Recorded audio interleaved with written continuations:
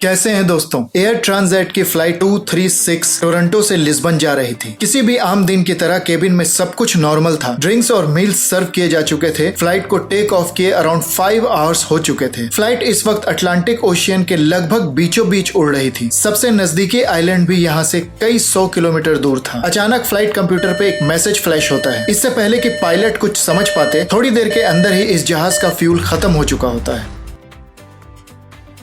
तारीख थी 24 अगस्त 2001। आधी रात गुजर चुकी थी। अटलांटिक ओशियन के बीचों बीच 306 पैसेंजर्स के साथ पूरी तरह से भरी हुई एयरबस A330 का फ्यूल खत्म हो जाता है, जिसकी वजह से एक के बाद एक जहाज के दोनों इंजन बंद पड़ जाते हैं। 21वीं सदी के पहले साल में भी मॉडर्न टेक्नोलॉजी से लैस इस जहाज को ऐसा फैटल फेलियर का सामना करना पड़ रहा होता है। 23 अगस्त 2001 की रात करीब 8 बजे टोरंटो एयरपोर्ट रोजाना की तरह बहुत बिजी था। एयर ट्रांसजेट एक चार्टर्ड कंपनी जो तेजी से कनाडा की सबसे बड़ी एयरलाइनर बनकर उभर रही थी। मिड समर होने की वजह से यहाँ हॉलिडे एटमॉस्फेयर था। एयर ट्रांसजेट की फ्लाइट 236 लिस्बन जा रही थी। ज्यादातर पैसेंजर्स कैनेडियन थे जो हॉलिडे ट्रिप पर यूरोप जा रहे थे या फिर घर वापस जाने वाले पोर्टुगीज थे। डबल इंजन वाले इस एयरबस 330 फ्लाइट को एक एक्सपीरियंस कैप्टन रॉबर्ट पिशे उड़ा रहे थे। उनके साथ कॉकपिट में उनके फर्स्ट ऑफिसर डग जैगर थे। A330 का फ्लाइट डेक अल्ट्रा मॉडर्न था। 100 से भी ज्यादा ऑनबोर्ड सेंसर से जुड़े कंप्यूटर बैंक लगातार फ्लाइट के ऑपरेशन को मॉनिटर करते रहते थे। डिपार्चर से पहले कंप्यूटर सिस्टम ने फ्लाइट में किसी भी प्रॉब्लम के होने का कोई इंडिकेशन नहीं दिया था। रात 8:20 पर 47 टन से ज्यादा फ्यूल से लदी एयरबस 330 टोरंटो से लिस्बन के लिए रवाना होती है। अटलांटिक ओशियन क्रॉसिंग के लिए वेदर फोरकास्ट अच्छा था। ट्रेवल रूट में स्मॉल एडजस्टमेंट के अलावा उड़ान डेक पर सब कुछ नॉर्मल था। ट्रैफिक कंजेशन से बचने के लिए एयर ट्रैफिक कंट्रोल ने फ्लाइट को उसके ओरिजिनल पाथ से 60 माइल्स साउथ की तरफ डायरेक्ट कर दिया था। ये एक मामूली बदलाव था जो बाद में एक क्रूशियल रोल निभाने वाला था। अटलांटिक के ऊपर हर 30 मिनट में क्रू अपने फ्लाइट प्लान के अगेंस्ट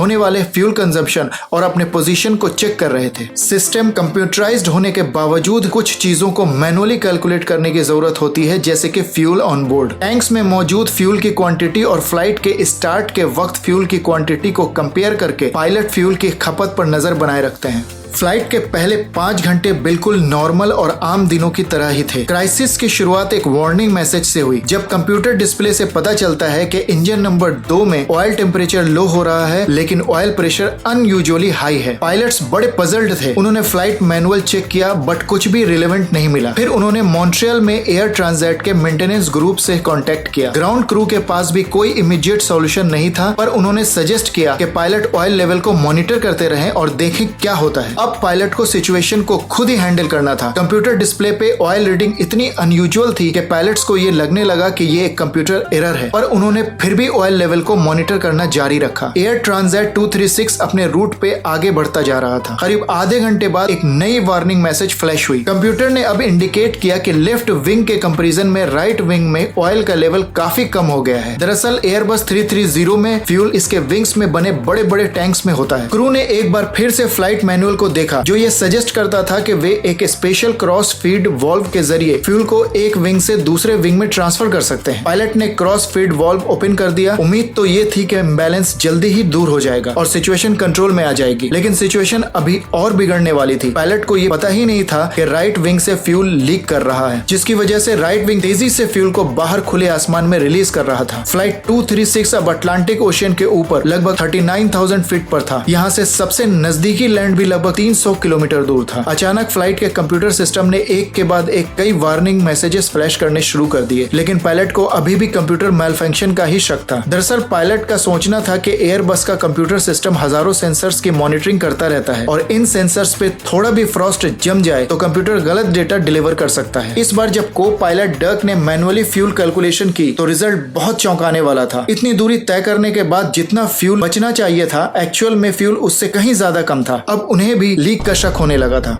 केबिन क्रू को इंस्ट्रक्ट किया गया कि वो फ्लाइट विंडो से फ्यूल लीक को विजुअली इंस्पेक्ट करें, लेकिन रात में इसे देख पाना लगभग नामुमकिन था। अब पायलट सिचुएशन को लेकर और कॉशियस हो गए थे, क्योंकि अगर कंप्यूटर पे दिखाने वाला डाटा सही हुआ तो इतने फ्यूल के साथ लिस्बन पहुंचना नामुमकिन था। कैप्टन पिशे को अब कुछ इंपॉर्टेंट डिसीजंस लेने थे। उन्होंने सबसे पहले फर्स्ट ऑफिसर डर्क से कहा कि वो ओशियानिक कंट्रोल से कॉन्टेक्ट करें और सबसे नजदीक मौजूद एयरफील्ड को लोकेट करने की कोशिश करें। सबसे नजदीकी रनवे करीब 300 किलोमीटर दूर था पर अच्छी बात यह थी कि रिमेनिंग फ्यूल के साथ एजोर्स में टसेरा के छोटे से आइलैंड पर लेजेस मिलिट्री एयरबेस पहुंचा जा सकता था। फ्लाइट अभी भी आगे की तरफ बढ़ रही थी। केबिन में अभी तक सब कुछ नॉर्मल ही था, बट कॉकपिट में फ्यूल रीडिंग गिरती ही जा रही थी। अब कैप्टन के पास कोई चॉइस नहीं था सिवा इसके कि वो एयर ट्रैफिक कंट्रोल को वार्निंग मैसेज भेजें। उन्होंने फ्यूल इमरजेंसी डिक्लेयर कर दिया। फर्स्ट फ्यूल वार्निंग मैसेज मिलने के 1 घंटे से भी कम समय में लगभग सुबह 6:30 बजे राइट इंजन में फ्यूल खत्म हो जाता है और वो बंद पड़ जाता है। अब फ्लाइट एक ही इंजन पे उड़ रहा था। अब यहाँ एक बात बताता चलूं, किसी भी फ्लाइट को क्रूज अल्टीट्यूड मेंटेन करने के लिए 2 इंजन होना जरूरी होता है। कभी एक इंजन फेल हो जाए या बंद पड़ जाए तो फ्लाइट ये अल्टीट्यूड मेंटेन नहीं कर सकती, इसलिए उसको नीचे लाना होता है। एयरबस 330 अभी 39,000 फीट की ऊंचाई पर थी, इसलिए पायलट्स ने इसे लगभग 33,000 फीट तक डिसेंड किया। उन्होंने सेंट्रल और ट्रिम टैंक में बचे हुए फ्यूल को भी ट्रांसफर करने की कोशिश की, पर वो भी जल्दी ही खत्म हो गया। अगले 10 मिनट तक फ्लाइट एक ही इंजन पर चलती रही। करीब 130 किलोमीटर की दूरी तय करने के बाद लेफ्ट इंजन भी फेल कर जाता है। फ्यूल खत्म होने के कारण फ्लाइट के दोनों इंजन बंद हो जाते हैं और अब फ्लाइट 33,000 फीट की ऊंचाई पर ग्लाइड करता हुआ बिना किसी पावर के आगे की तरफ बढ़ रहा होता है। दोनों इंजन बंद होने की वजह से फ्लाइट में इलेक्ट्रिकल सिस्टम बंद हो गया था। फ्लाइट में एक स्मॉल डिवाइस होता है जिसे रैम एयर टर्बाइन या रैट कहा जाता है। ये एक छोटी एयर टर्बाइन होती है जो एक हाइड्रोलिक पंप या एक इलेक्ट्रिकल जनरेटर से जुड़ी होती है। इसे पावर सोर्स के तौर पे इस्तेमाल किया जाता है। रैम एयर टर्बाइन हवाई जहाज की स्पीड की वजह से रैम प्रेशर के जरिए इलेक्ट्रिसिटी प्रोड्यूस करता है। एयरबस 330 में मौजूद रैम एयर टर्बाइन इतनी इलेक्ट्रिसिटी जनरेट कर पा रहा था जिससे फ्लाइट के कुछ इंपॉर्टेंट इलेक्ट्रिकल और हाइड्रोलिक सिस्टम को ऑपरेट किया जा सके। इस तरह पायलट्स फ्लाइट की ग्लाइडिंग को कंट्रोल करने की सिचुएशन में जरूर थे। पायलट फ्लाइट पाथ के एंगल के हिसाब से फ्लाइट को कितनी दूर तक ग्लाइड करवा सकते थे इस बात का पता लगाने में लगे हुए थे। फ्लाइट 30,000 की ऊंचाई पर था और 2000 फीट पर मिनट डिसेंट के हिसाब से मैक्सिमम 15 मिनट ग्लाइड कर सकता था। विदाउट इंजन और पावर फ्लाइट हर 5 किलोमीटर आगे ट्रेवल करने के लिए 1000 फीट नीचे उतर रहा था। इस रेट से वो लेजेस मिलिट्री एयरबेस तो पहुंच सकते थे, पर अगर पायलट की कैलकुलेशन गलत निकलती तो फ्लाइट को ओशियन में ही लैंड करवाना पड़ सकता था। 1996 में ईस्ट अफ्रीका के कोस्ट पर बोइंग 767 का फ्यूल खत्म हो गया था। फ्लाइट को सी बीच के नजदीक पानी में लैंड कराया गया। 175 पैसेंजर में से सिर्फ 85 जिंदा बच पाए थे। एयरबस 330 अपने दोनों इंजन फेल होने के बाद लगातार ग्लाइड करती हुई